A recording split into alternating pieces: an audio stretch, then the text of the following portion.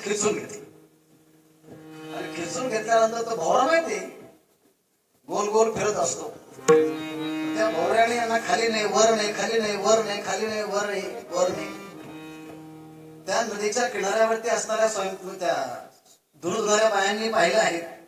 तर आता पोरगे गेले, आता कशाला ओरडायचं कोणाच्या नावाने तरी. आपलं असं तर ओरडलं असतं बरं झालं असतं.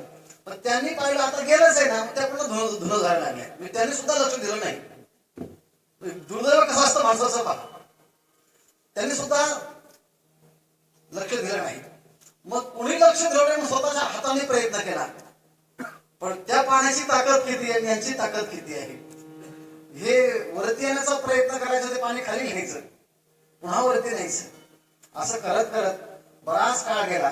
त्यांना असं वाटलं की आता काहीच खरं नाही, म्हणून हातपाय हलवणंही बंद केलं.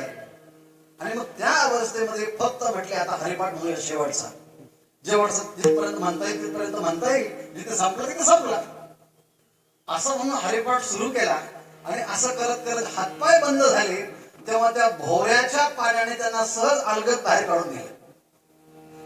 मग ती इंद्रायणी माता म्हटली असेल, ज्या ज्ञानेश्वर महाराजांच्या चरणाची सेवा करण्याकरता मी इथे वाहत आहे, आणि ज्या ज्ञानेश्वर महाराजांच्या वर भरोसा ठेवून जे इथे साधक आलेले आहेत, त्यांना जर माझ्यामुळे जर जीवन दान देण्याच्या ऐवजी जीवन घात होत असेल, तर माऊलींच्या सेवा करण्याचा मला काय अधिकार आहे.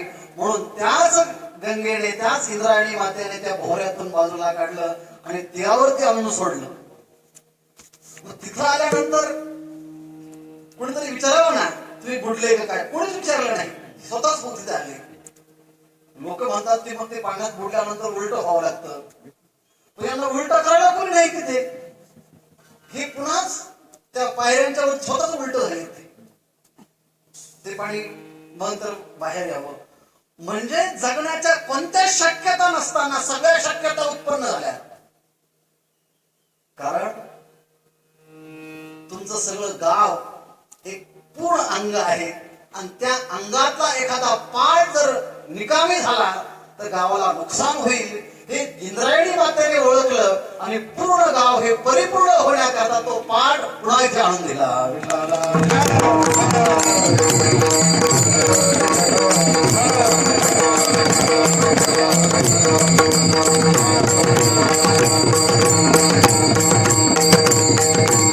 एकच प्रमाण आहे, देव सखा जरी जग अवघे कृपा.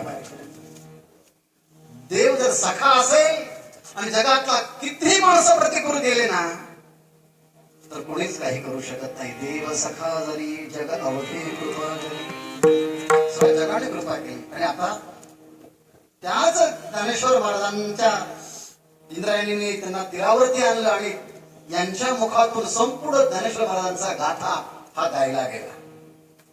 या सगळ्याच्या पाठीमागे मी काय म्हणेल, काहीतरी चांगलं काम करण्याकरता ईश्वराने दिलेला हा चांगला संकेत आहे.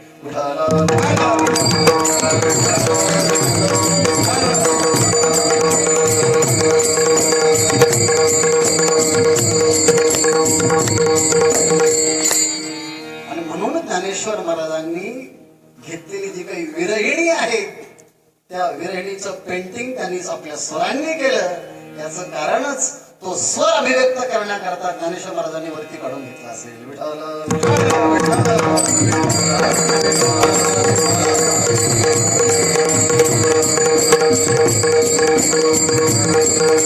ज्ञानेश्वर महाराजांचं सगळं वाङ्मय तुम्ही पहा. त्यांनी ज्ञानेश्वरी लिहिली कोणाच्या करता. लहानापासून तर मोठ्या माणसापर्यंत भगवंताचा आणि अर्जुनाचा झालेला जो काही संवाद आहे, त्या सगळ्या संवादातून प्रत्येक जीवाला ईश्वरापर्यंत येता यावं याकरता ज्ञानेश्वर महाराजांनी या ओढलेल्या अबाल सुबोधे मोहिनीची प्रबंधे ब्रह्मरसे सुस्वादे अक्षरे गुंथिले.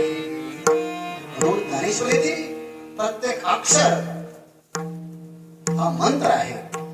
म्हणून मी सगळ्या गावांना कैलास महाराजांच्या वतीने मी अशी प्रार्थना करेल की पुढच्या वर्षी जेव्हा पारायण तुम्ही जेव्हा कराल, त्या पारायणातल्या ओव्यांची स्पष्टता ते मंत्र आहे. सप्तशती मंत्र प्रतिपाद्य भगवती, ती भगवती सप्तशती आहे. म्हणून त्या ओवेतले पारायण लोक गावात जरी करत नसले पण त्यांच्या कानावरती ते शब्द पडण्याकरता त्या अक्षरांची स्पष्टता, उच्चारणाची स्पष्टता जेणेकरून चांगली अधिक होईल अशा प्रकारची व्यवस्था करून ती पारायणाची भूमिका पुढच्या वेळेस जर मी आलो तर ते ऐकायला भेटली पाहिजे.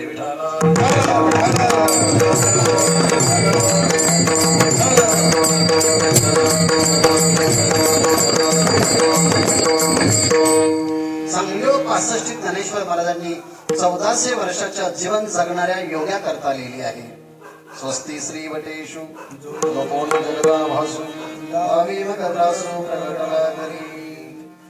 जे जीवनमुक्त झालेले आहे, सिद्ध अवस्थेला पोहोचलेले आहेत, अशा सिद्ध अवस्थेच्या सिद्ध योग्यांच्या करता त्यांनी अमृत अनुभव नावाचा ग्रंथ लिहिला. संसारिक लोकांच्या करता, लहानापासून तर मोठ्या माणसांच्या करता हरिपाठ लिहिला. असोनी संसारी जिव्हे वेगो करी वेदशास्त्र उहारी बाह्या सदा. आणि बाकीचे अनेक भावविश्वातील स्फुट प्रकरण ग्रंथामध्ये आहेत. पण स्वतःने ज्ञानेश्वर महाराजांनी आपल्या करता एक प्रकरण लिहिलं, ते म्हणजे विरहिणी.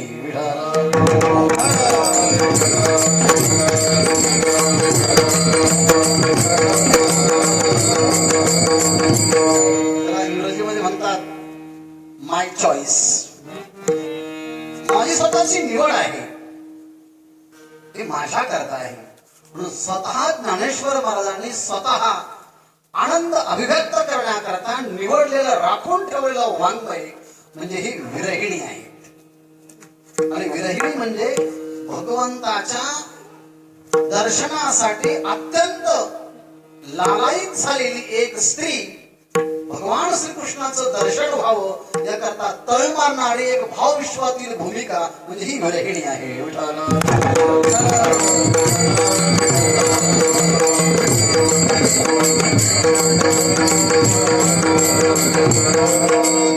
हा अभंग तसा प्रार्थनाही आहे आणि हा अभंग तसा मागणी आहे.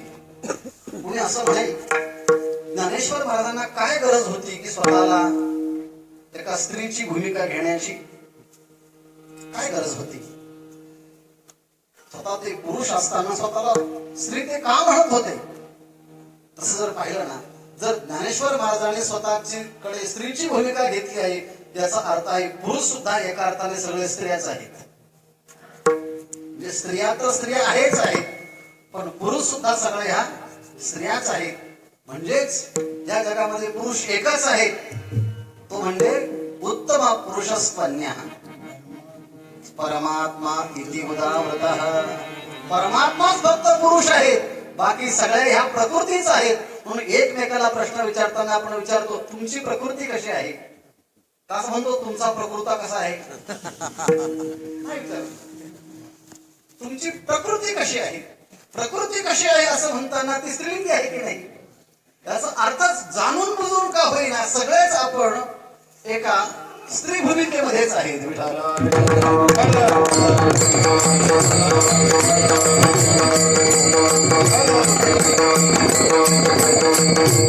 हे समजण्याकरता मी आणखी एक वृंदावनाचं उदाहरण देतो की तुम्ही सगळे वृंदावनला जाणार आहात म्हणून.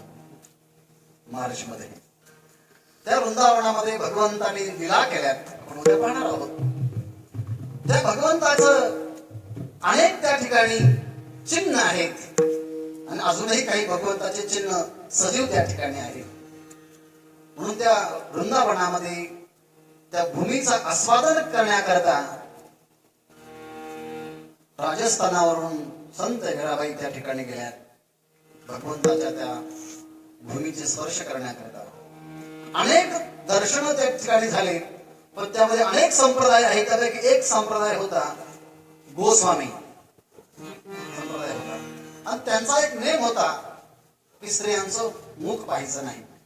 आणि त्यामध्ये जीव गोस्वामी नावाचे संन्यासी त्या ठिकाणी राहायचे. दार बंद करायचे आणि भगवंताची चिंतन करायचं. त्या ठिकाणी मीराबाई त्या ठिकाणी गेल्यात.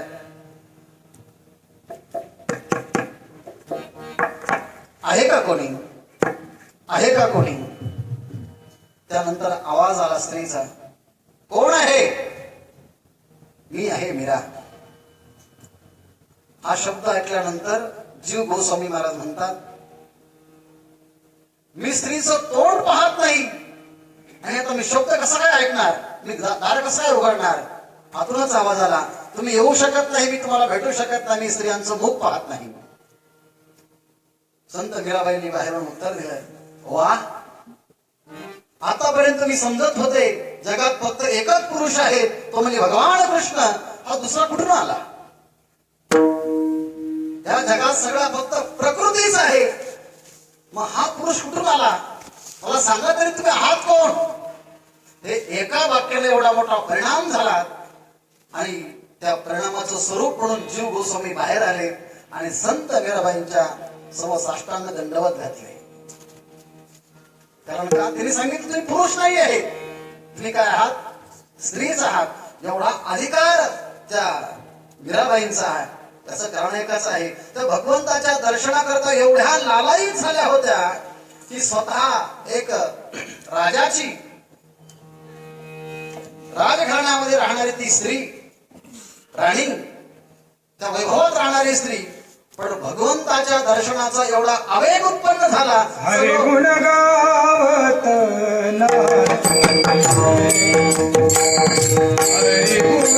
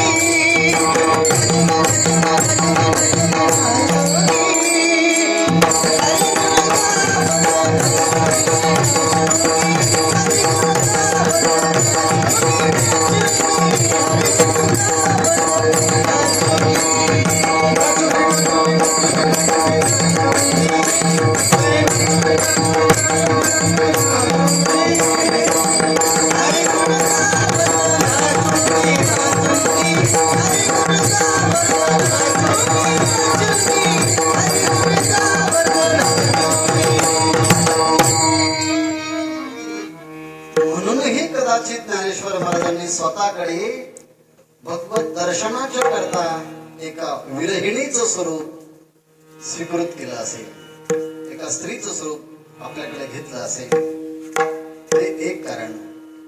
आणि दुसरं असं कारण एक आहे, भगवंताच्या दर्शनाकरता विचार जसा आवश्यक आहे तसा भगवंताच्या दर्शनाकरता भावनाही तितक्याच आवश्यक आहे. पण त्या भावना आणि तो विचार सामान्य स्तरावरचा नाही, उदात्त स्तरावरची भावना. या भावनेला विकारांचा स्पर्श नाही. उदात्त विचार की ज्या विचारांना भौतिक जगाचा स्पर्श नाही. उदात्त विचार आणि उदात्त भावना त्या भगवत दर्शनाकरता आवश्यक असतात. आणि भावनाचा उगम पुरुषापेक्षा स्त्रियांच्या मध्ये अधिक असतो. प्रत्येक गोष्ट समजून घेण्याकरता पुरुषाला शब्द लागतात, पण आईला प्रत्येक गोष्ट समजून घेण्याकरता शब्दांची अजिबात आवश्यकता नाही. शब्दांच्या शिवाय त्याला सगळं समजतं. ती स्त्री किंवा ती आई आहे. देह विसरे आपुला, देह विसरे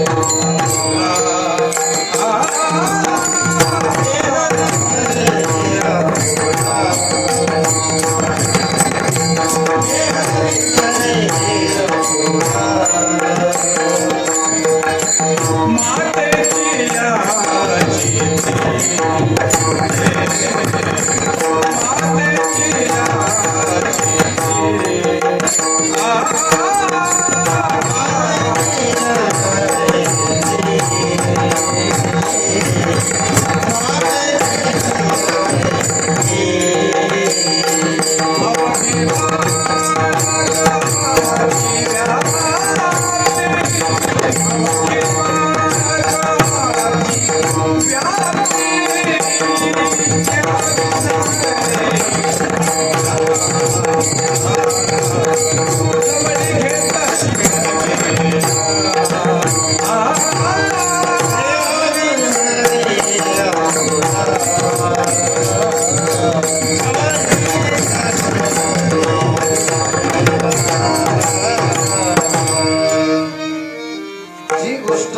आधुनिक यंत्रातल्या कोणत्याही यंत्राला लवकर कळणार नाही, ही गोष्ट आईला लवकर समजते.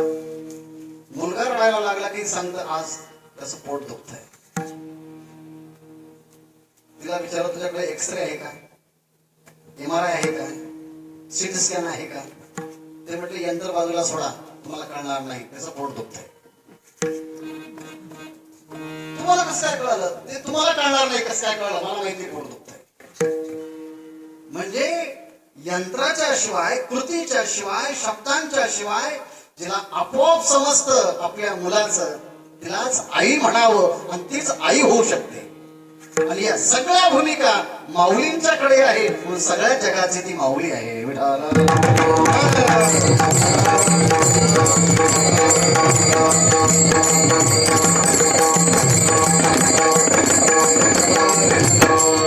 एखाद्या डॉक्टरकडे जा, तो विचारतो तुम्हाला काय झालं, हे झालं, ते झालं, केव्हापासून झालं. सगळं सांगितल्यानंतर सुद्धा त्याला कळत नाही की याला काय झालंय.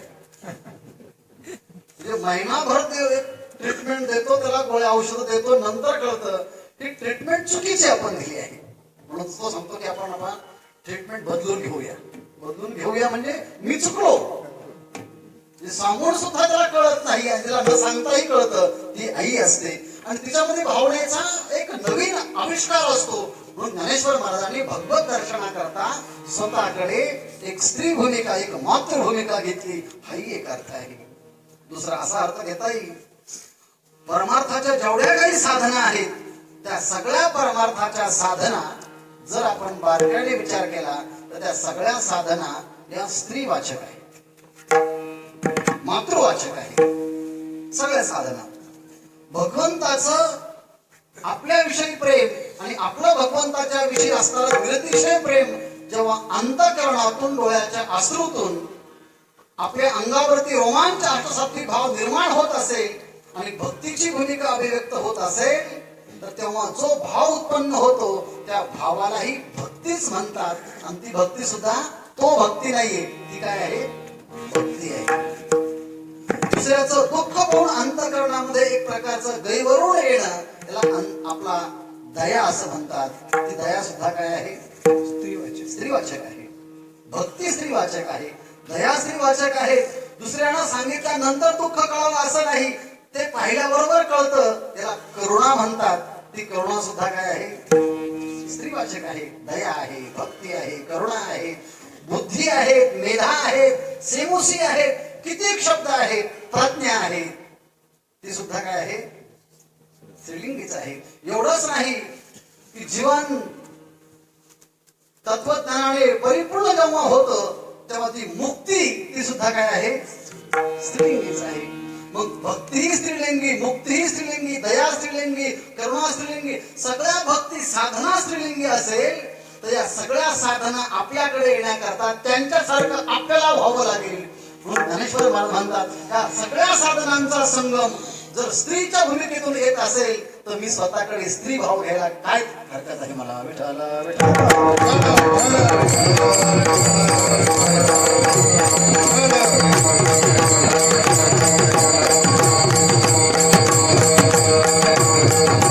स्वतः ज्ञानेश्वर महाराज स्वतःकडे स्त्री भाव घेतात आणि एक विरहिणीचं स्वरूप घेतात. आणि म्हणून भगवंताचं दर्शन मला होत नाही की जी अवस्था आहे ना याला विरह असं म्हणतात. तसं जर पाहिलं ना जगातले सगळे लोकच विरह आणि विरहामध्ये आहेत. फक्त तुम्हा आम्हाला विरह आहे तो शब्दाचा, स्पर्शाचा, रूपाचा, रसाचा, गंधाचा. माणसं म्हातारे होतात पण प्रपंच पंचविषयाचा विरह त्यांना सहन होत नाही. पंचविषयांचा विरह त्यांना सहन होत नाही. वय वर्ष अनेक लोटून जातात तरी त्यांना तेच विषय पाहिजे असतात. पण या पंचविषयांना विसरून देवाच्या दर्शनाचा विरह उत्पन्न होण्याकरता अनंत जन्माचं पुण्याचं एकत्रीकरण असावं लागतं. तेव्हा त्या परमात्म्याची इच्छेची त्या परमात्म्याच्या विषयी आवड निर्माण होत असते. बहुता सुकृताची जोडी म्हणून विठ्ठली आवडी, त्या परमात्म्याची आवड निर्माण होण्याकरता अनंत जन्माचं पुण्य लागतं. म्हणून भगवंताच्या दर्शनाचा विरह माऊलींना होता. तो विरह समजून घेताना विरह नेमका काय आहे तो 3 प्रकारे सहज सांगता येतो.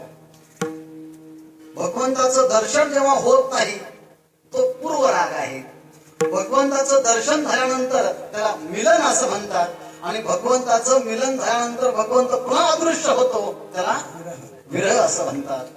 म्हणजे एक प्राप्तीच्या पूर्वीचा विरह, नंतर मिलन, नंतर प्राप्तीच्या नंतरचा विरह, अशा 3 प्रकारे भगवंताच्या विरहाच्या 3 अवस्था आहे.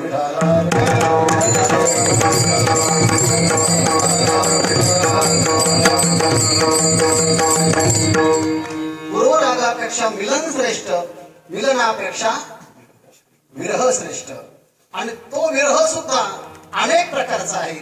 त्याला परम विरह भक्तीची 11वी अवस्था नारद भक्ती सूत्रामध्ये नारदांनी सांगितली आहे. एक रूपासक्ती आहे, गुणासक्ती आहे, माधुर्यासक्ती आहे, लीलासक्ती आहे, अनेक आसक्ती आहे. त्यापैकी परमविरहासक्ती ही भक्तीची शेवटची अवस्था तीच या अभंगामध्ये सांगितली आहे.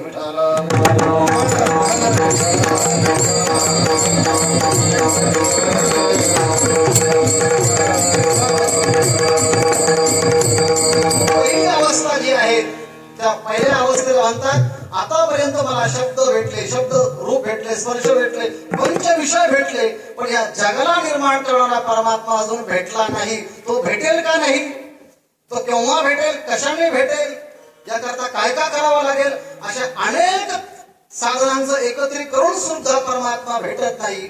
हे अंतःकरणात जेव्हा तळमळ उत्पन्न होते तेव्हा ज्याचा भेट व्हायला पाहिजे त्याकरता अनेक प्रयत्न करतात. एकेने सांगितलं तुला परमात्मा भेटत नाही त्याचं कारण एक आहे, तुला घराची खूप आसक्ती आहे, तुला लोकांची खूप आसक्ती आहे. म्हणून ती गवळण पहाटे थंडीच्या काळामध्ये सुद्धा एकदम पहाटे सगळं काम उरकलं आणि अंगणामध्ये ती आली आणि आता मला परमात्मा भेटेल, मी घराची सगळी आसक्ती सोडली आहे, अंगणी उभे ठेवली. आणि येणाऱ्या जाणाऱ्याला ती विचारते तुम्हाला तो परमात्मा भेटला का, मला तो भेटेल का, सांगा ना कशाने भेटेल तो मला तो परमात्मा. पहिलं विळाची पहिलं विळाची वेळे अंगणी उभी ठेवी. पहिलं विळाची वेळे अंगणी उभी ठेवी. पहिलं विळाची वेळे अंगणी उभी ठेवी. पहिलं विळाची वेळे अंगणी उभी ठेवी. पहिला विराची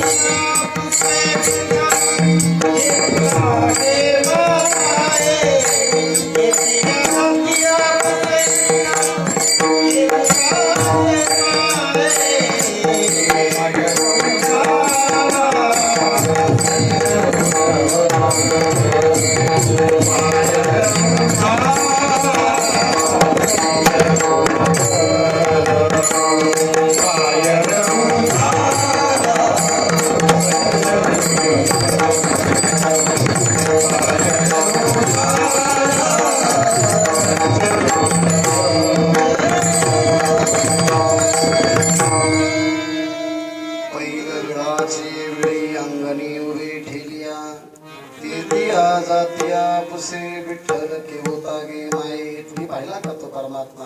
मला भेटेल का तो परमात्मा? तरी देखील कोणी उत्तर देत नाही आहे. आणि म्हणून ती विरहिणीची भूमिका घेणारी विरहिणी अशी म्हणते दुसऱ्या भूमिकेमध्ये, दिवाळीचा काल आहे आणि दिवाळीच्या कालामध्ये मुलींना अत्यंत आवडणारं एक घटना असते ती म्हणजे माहेर. तेव्हा ती विरहिणी असं म्हणते, माझ्या समोर माझ्या बरोबरच्या सगळ्या मुली माहेरी गेलेल्या आहेत आणि मीच फक्त एकटी आता सासरी आहे. आणि म्हणून कोणत्याही मुलीला सासर नको असतं, पण राहण्याशिवाय तिथे पर्याय नसतो. आणि प्रत्येक मुलीला माहेर हवं असतं, पण तिथे ठेवलं जात नाही. हा तिच्या जीवनातला एक महत्वाचा भाग आहे. विठाला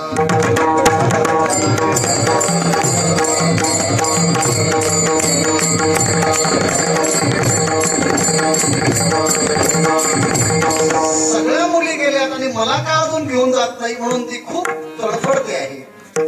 आणि जो कोणी जाईल तिकडे माहेरला त्याला निरोप पाठवते. तुम्ही चाललाच आहात तर त्यांना सांगा मला मूळ पाठवा तिकडे लवकर. पुढे जर लवकर कोणी घ्यायला आलं नाही तर मूळ पाठवण्याची पद्धत होते.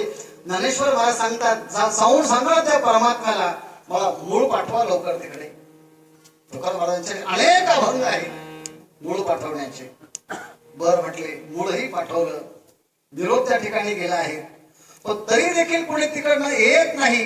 दिवाळी अगदी 2 दिवसावरती आली आहे. काय करायचं आहे? मग ती माहेरवरून निरोप येतो की उद्या 5 दिवसांनी मी येणार आहे. तेव्हा ती मुलगी सारखी वाट पाहते असते. 1 दिवस झाला, 2 दिवस झाले, 3 दिवस झाले, एकच दिवस राहिलाय. 24 तास आहे झाले आहे, 8 तास झाले आहेत, 4 तास झाले आहेत, 3 तास झाले आहे, आता फक्त एकच तास शिल्लक राहिला आहे. कोणत्याही मिनिटाला तो माझा घरचा ज्यांना निरोप दिलेला आहे, माझे वडील तरी येतील, आई तरी येईल, बहीण तरी येईल मला घेण्याकरता. घटिका बोटे कधी येतात देखील माता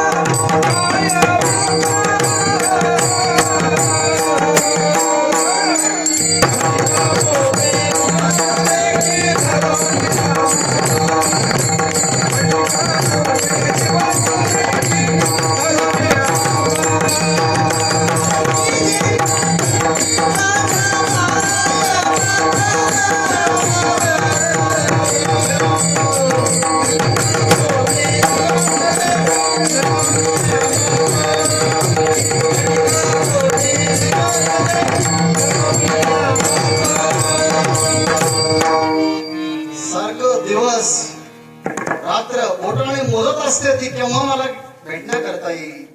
पण एवढं सांगून सुद्धा तेव्हा कोणीच येत नाही. तेव्हा तिला आठवतं नाही येणार ते, कारण मला दिलंच इतकं लांब दिलं, इतकं लांब दिलं, इतकं लांब दिलं. जवळचे सगळेच गेले भेटण्याकरता, मी किती दूर पडले. पडील दूर देशी आठवे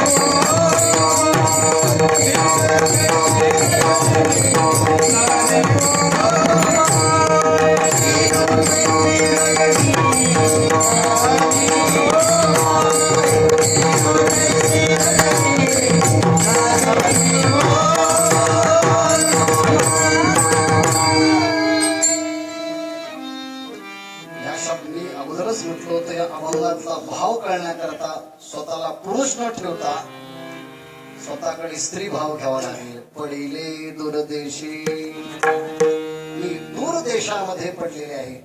म्हणजे वास्तविक पाहता जीव हा परमात्माच आहे, पण अनंत जन्माच्या वासना, अनंत जन्माचे विकार यामुळे त्या जीवाची त्या शिवापासून, ईश्वरापासून दूर अंतर पडलेलं आहे. पडिले दूरदेशी. आणि मग मी दूरवरती पडलो आहे याची आठवण होण्याकरता मन सुद्धा तितकं शुद्ध असावं लागतं. नाहीतर इतकं दिवस संसारामध्ये राहून सुद्धा मी संसारामध्ये आहे आणि मला परमात्म्याकडे जायचं आहे याची स्वप्न सुद्धा जाणीव येत नाही. जागृतीमध्ये तर जाणीव नसतेच नसते, पण स्वप्नात सुद्धा जाणीव येत नाही. म्हणून लोक सांगतात वेळ नाही, जमत नाही. जमतच नाही मला. कारण का? इतका विसर पडलाय, इतका विसर पडलाय की मी त्या परमात्म्यापर्यंत जायचं आहे याचा पूर्णपणे विसर पडला. आणि म्हणून परमात्म्याकडे जाण्याकरता मन शुद्ध असावं लागतं. म्हणून तर ज्ञानेश्वर महाराज म्हणतात, मज आठवे मानसी. जिथे शुद्ध मन असेल ना, तिथेच परमात्म्याच्या दर्शनाची ओढ असते, जाणीव असते, तळमळ असते. मज आठवे मानसी, पडले दूरदेशी, मज आठवे मानसी. नको नको हा वियोग. परमात्मा आणि माझा वियोग झाला आहे, तो कधी भेटणार मला? हा वियोग, नको नको हा वियोग. मला हा वियोग सहन होत नाही. नको नको हा वियोग. कष्ट होता ते जीवासी. माझ्या जीवाला अतिशय कष्ट होत आहे. मला आता माहेरी गेलं पाहिजे अशी सारखी तळमळ त्या विरहिणीला लागलेली आहे. पण तिला विचारलं, आता झोप जरा तू. आता दिवस संपला आहे, रात्र आलेली आहे, त्याला झोप. उद्या सकाळी तू पुन्हा त्या तुझ्या कोणाची तरी वाट पाहत, माहेरून कोणीतरी येईल. पण ती असं म्हणते, दिवस माझा कामात निघून जातो, पण रात्र जेव्हा येते ना, तेव्हा मला सगळे लोक झोपल्यानंतर पुन्हा माहेरची आठवण येते. तुमच्याकडचा जो दिवस आहे ना, ती माझ्याकरता रात्र आहे. दिनो तैसी रजनी झाली उमाये, दिनो तैसी रजनी झाली उमाये, दिनो तैसी रजनी झाली उमाये,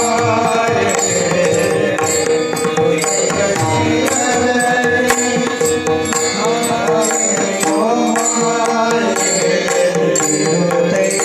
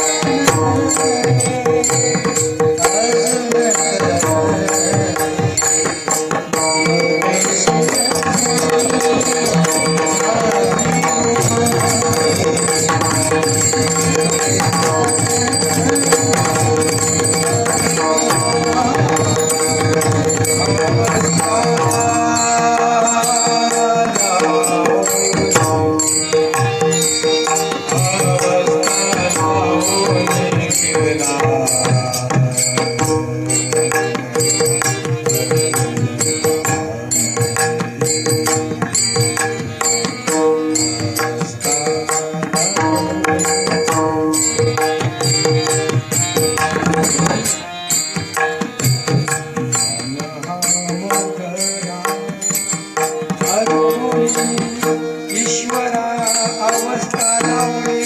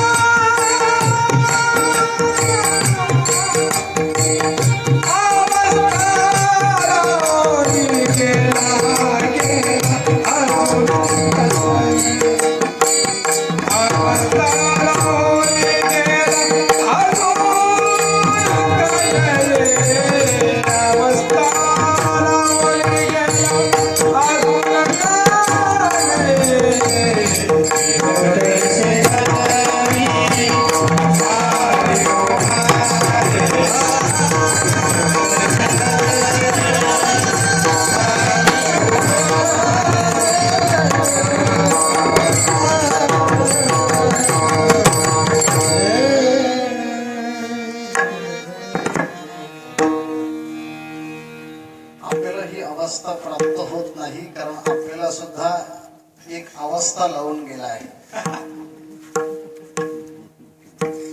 पण मी असं म्हणेल, ज्ञानेश्वर महाराजांना अवस्था लावून गेला आहे आणि तुम्हा आम्हाला सगळ्यांना अवस्था लावून गेली आहे.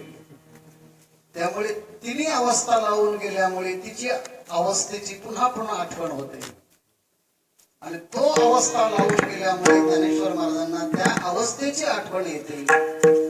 आपल्याला अवस्था लावून गेली ती अविद्या, ती झोप. कीर्तनी पैसा निद्रा करी, कीर्तनी पैसा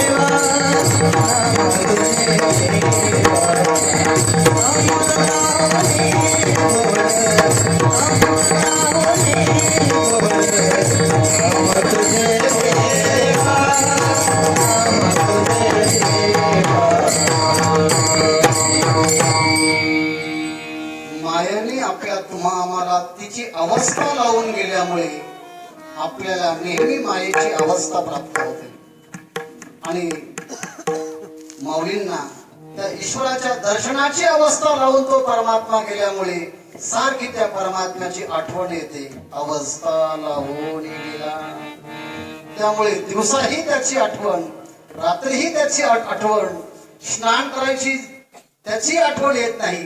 तो कधी येईल, तो कधी येईल. दात घासायची त्याची पण आठवण नाही, कपडे घालायची त्याची पण आठवण नाही, पापण्या मिटायची त्याची पण आठवण नाही.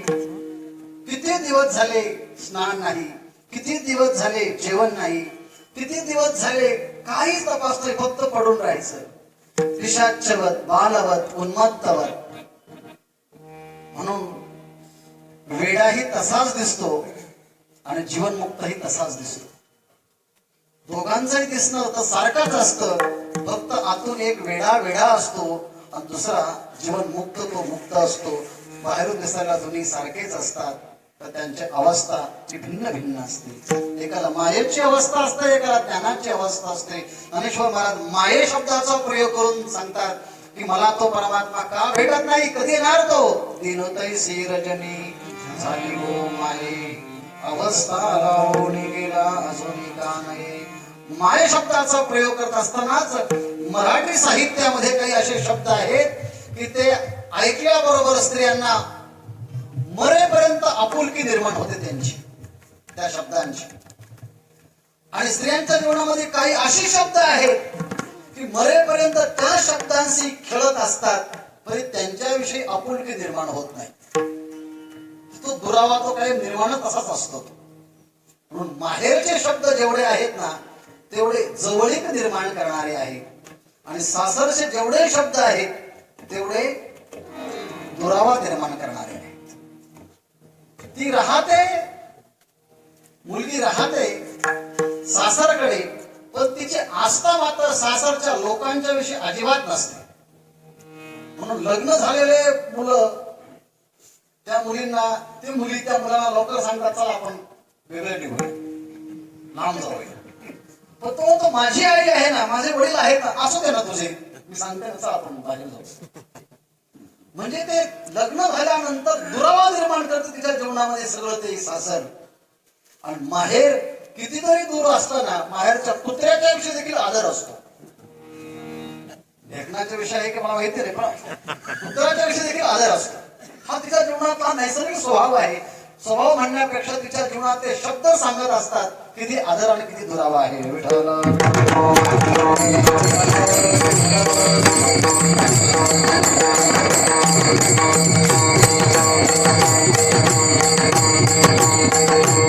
मी त्यावर काही बोलायला पाहिजे हे कळण्याच्या अगोदर त्या माहेरचे सगळे शब्द एकत्रित घ्या आणि सासरचे सगळे शब्द एकत्रित घ्या आणि त्यांच्या जोड्या लावा.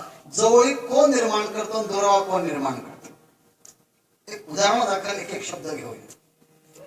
जसं माहेर शब्द आहे आणि सासर शब्द आहे. माहेर असं म्हणताना दोन्ही होठ ओठ ओठ ओठ हे मिटतात. माहेर आणि दोन्ही जे ओठ आहे ते मिटून सासर शब्द म्हणा बरं. ते पहिला शब्द उच्चारताना मोठा तोंड वासावा लागतं सा. म्हणजे एवढा दुरावा निर्माण करतो तिच्या शब्दांच्या मध्येच आहे सा. संगीतातला नाही. तर जीवनातला दुःखाचा सासरचा शब्द आहे तो दुरावा निर्माण करतात. मग ते सासर दुःखाचं आध्यात्मिक जीवनातलं असेल किंवा लौकिक जीवनातलं असेल दुरावाच निर्माण करतात. शब्द सांगत असतात माहेर आणि सासर. तर तिकडे आहे माय शब्द आहे. माय दीनतैसी रजनी झाली माय. माय शब्द म्हणजे जवळीक निर्माण करतात. स्वतःची आई आहे ना तिला माय असं म्हणतात. स्वतःची आई ती मुलीची, आणि याची आई हिची सासू. बघा बरं शब्द सा आणि सू. म्हणजे तिचं नाव घेतल्याबरोबर सोसाट्याचा वाराच अंगात शिरतो की असं वाटायला. म्हणून त्या मुली राहत नसाव्यात, पण असं काही नाही बरं का. पण एक शब्दात एक विरोध म्हणून सांगतो. माय असं म्हणताना जवळीक निर्माण आहे, आणि सासू म्हणताना ओट मिटत नाहीत ते. दुरावा आहे ना सासू. इकडे जायचं आहे ना आपल्याकडे मुलीच्या माहेरी, माझा बाप आहे. बाप बाप माझा बाप माहेरला जायचं आहे. आता याच्या बापाकडे होते मी, कोण तो बघा बर, सा स रा. दुरावा साहेब, शब्दांशामध्ये दुरावा आहे. आता मी माझ्या माहेरी जायचं आहे ना माझ्या भावाला भेटण्याकरता. भाऊ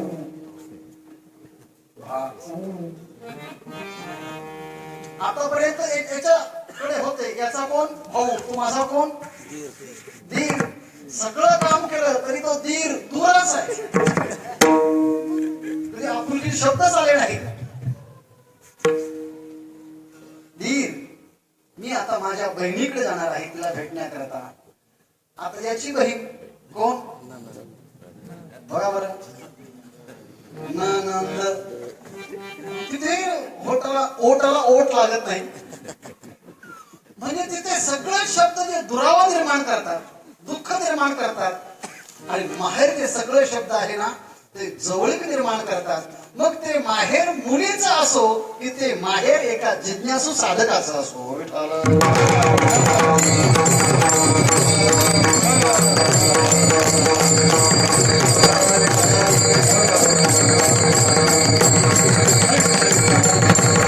सगळे जवळीक निर्माण करणारं जे माहेर आहे ते त्यातला कोणता तरी एखादा व्यक्ती आपल्याकडे यावा आणि त्यांनी आपल्याला घेऊन जावं.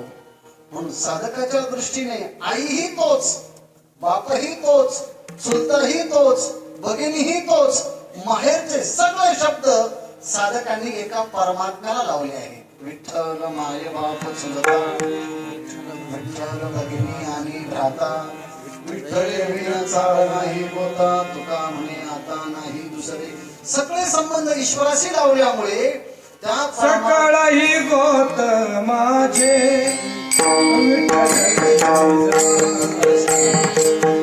सकळही गोत माझे पंढरीश